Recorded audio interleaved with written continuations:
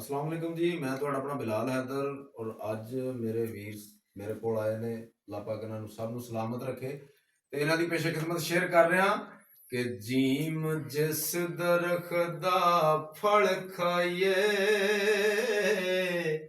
ਉਹ ਸੁੱਕ ਜਾਵੇ ਉਹਨੂੰ ਵੱਢੀਏ ਨਾ,